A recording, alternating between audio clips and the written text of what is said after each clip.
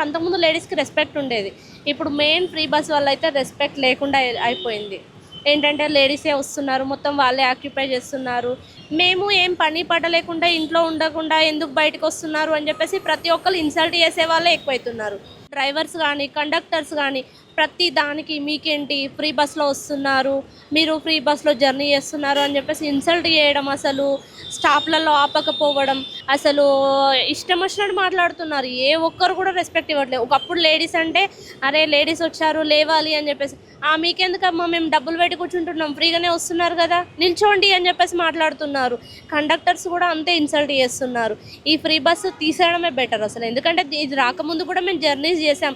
ఈ 1 year నుంచే journeys చేయట్లేదు కదా మేము, అంతకు ముందు కూడా చేసాము, తర్వాత కూడా చేయాల్సి వస్తుంది. ఎందుకంటే మాకు ఫ్రీ బస్ ఉన్నా లేకపోయినా మేము జర్నీస్ మా వర్కింగ్ అయితే ఆపుకోం కదా.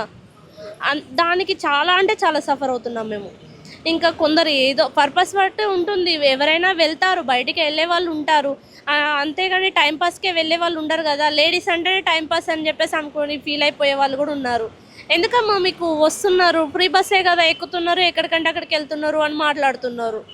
అసలు చాలా అంటే చాలా ఘోరంగా ఉందండి సిచ్యువేషన్.